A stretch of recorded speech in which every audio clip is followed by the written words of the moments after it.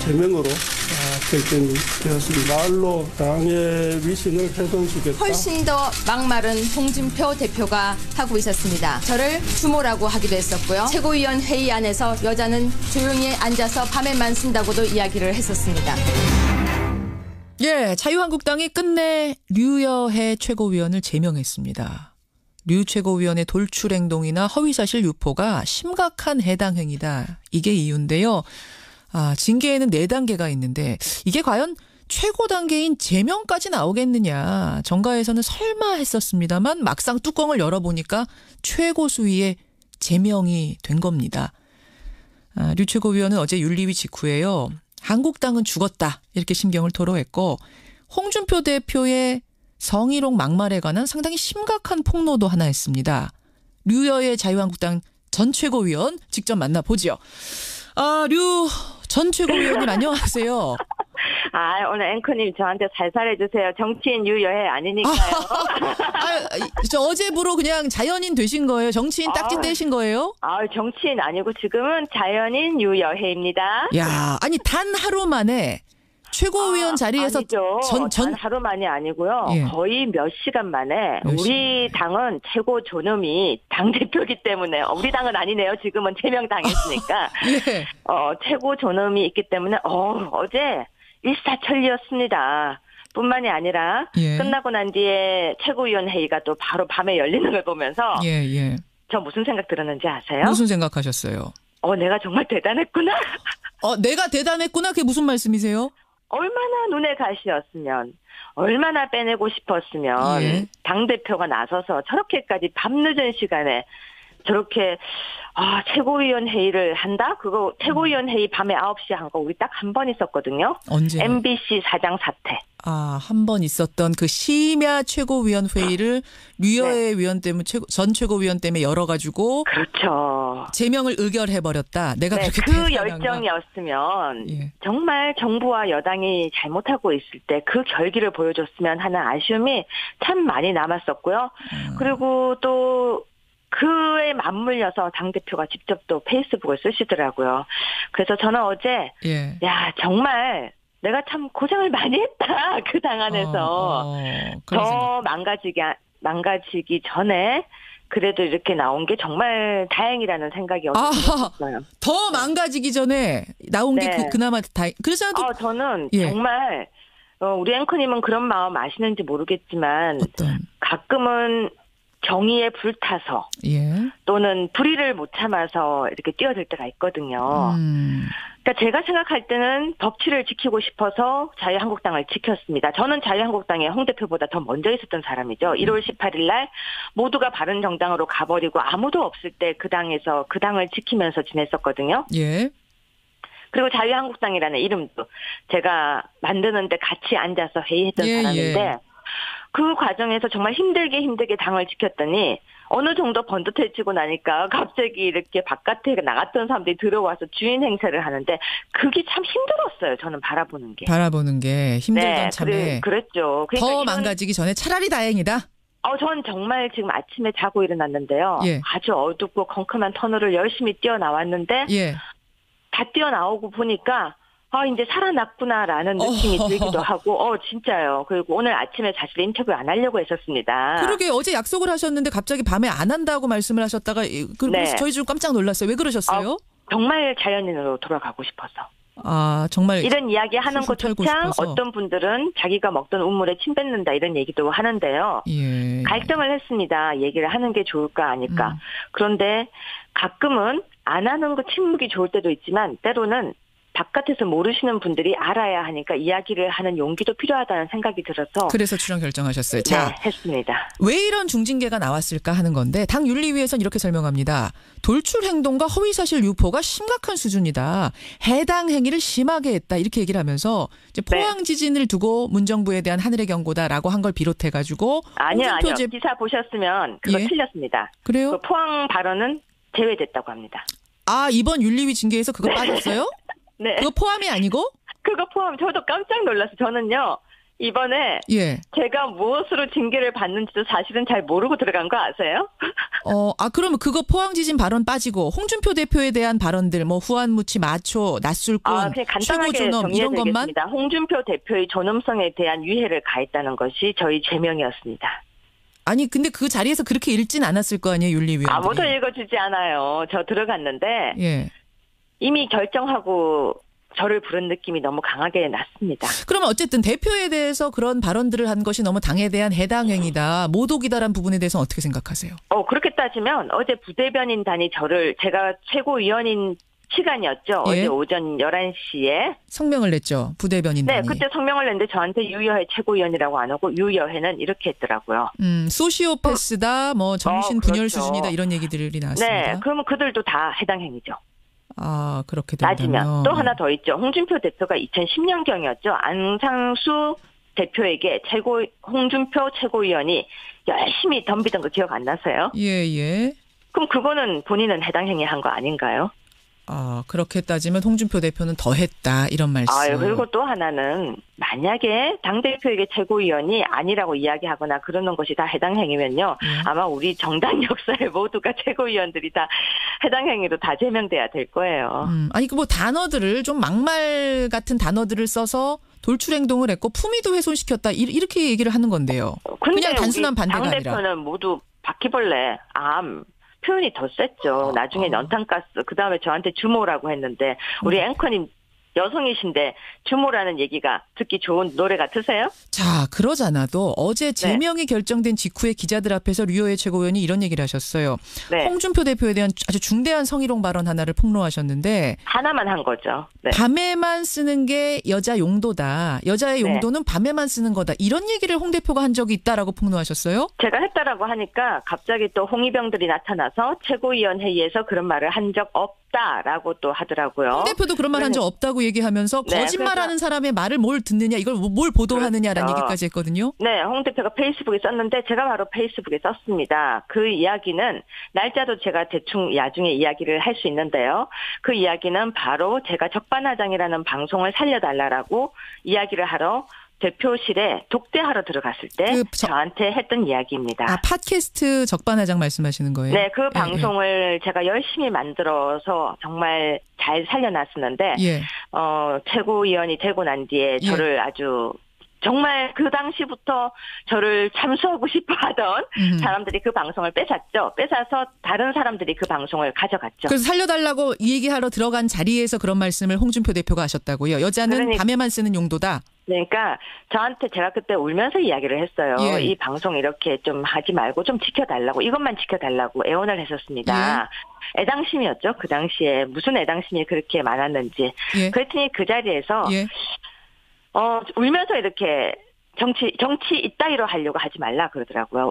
울면서 하려면 부탁하고 이렇게 하는 거 이따위로 아니다. 정치하지 말아라. 네, 이따위로 정치하지 말아라. 그러니까 이따위로 울면서 하는 정치 하지 마세요. 이따위로 하지 마세요. 이러더라고요. 그러면서 전투적으로 싸우고 물고 그렇게 해야 되는 거래요.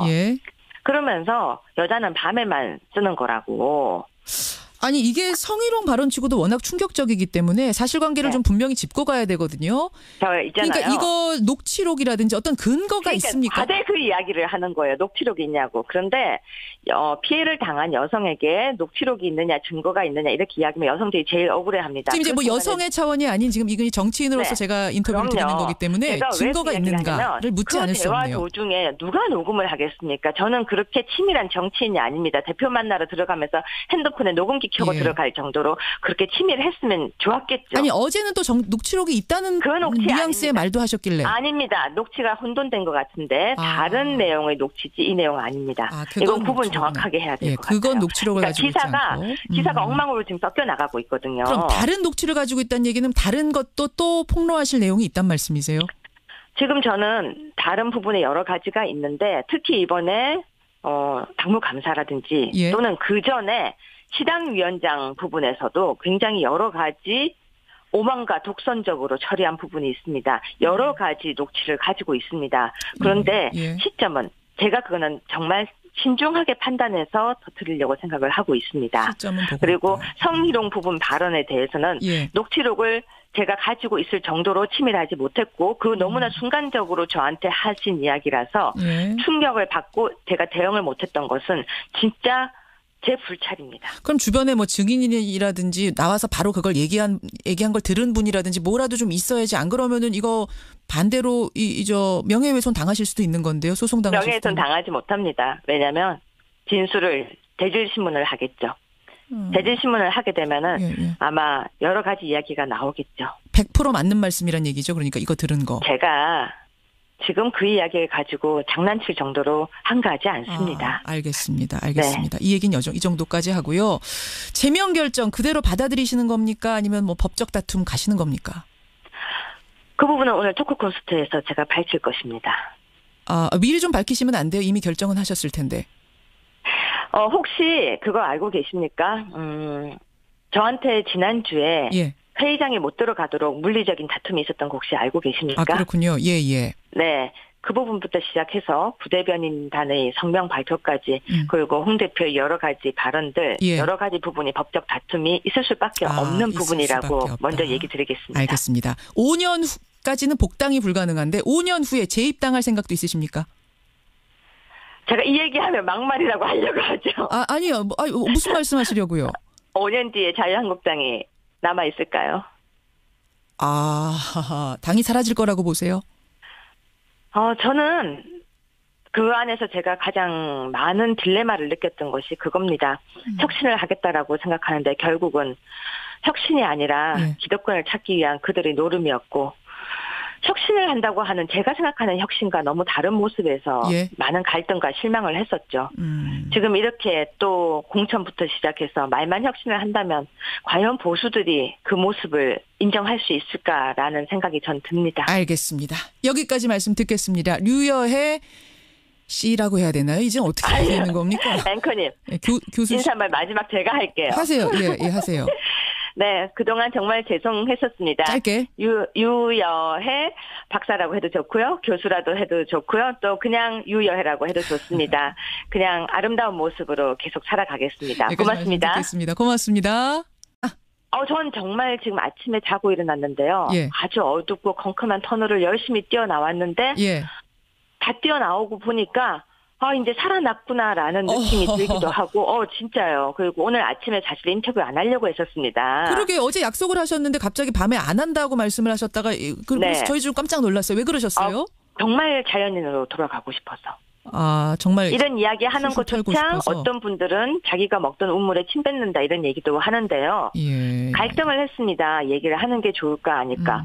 그런데 가끔은 안 하는 거 침묵이 좋을 때도 있지만 때로는 바깥에서 모르시는 분들이 알아야 하니까 이야기를 하는 용기도 필요하다는 생각이 들어서 그래서 출연 결정하셨어요. 네, 자, 했습니다. 왜 이런 중징계가 나왔을까 하는 건데 당 윤리위에서는 이렇게 설명합니다. 돌출 행동과 허위사실 유포가 심각한 수준이다. 해당 행위를 류여의 자유한국당 전 최고위원 직접 만나보죠. 류 전 최고위원님 안녕하세요. 오늘 앵커님 저한테 살살 해주세요. 정치인 유여해 아니니까요. 저 어제부로 그냥 자연인 되신 거예요? 정치인 딱지 떼신 거예요? 정치인 아니고 지금은 자연인 유여해입니다. 야, 아니 단 하루 만에 최고위원 자리에서 아니죠. 단 하루만이 아니고요. 예. 거의 몇 시간 만에 우리 당은 최고 존엄이 당대표이기 때문에 우리 당은 아니네요. 지금은 제명 당했으니까. 예. 최고 존엄이 있기 때문에 어제 일사천리였습니다. 뿐만이 아니라 예. 끝나고 난 뒤에 최고위원 회의가 또 바로 밤에 열리는 걸 보면서 예. 저 무슨 생각 들었는지 아세요? 무슨 생각하셨어요? 내가 정말 대단했구나. 내가 대단했구나. 그게 무슨 말씀이세요?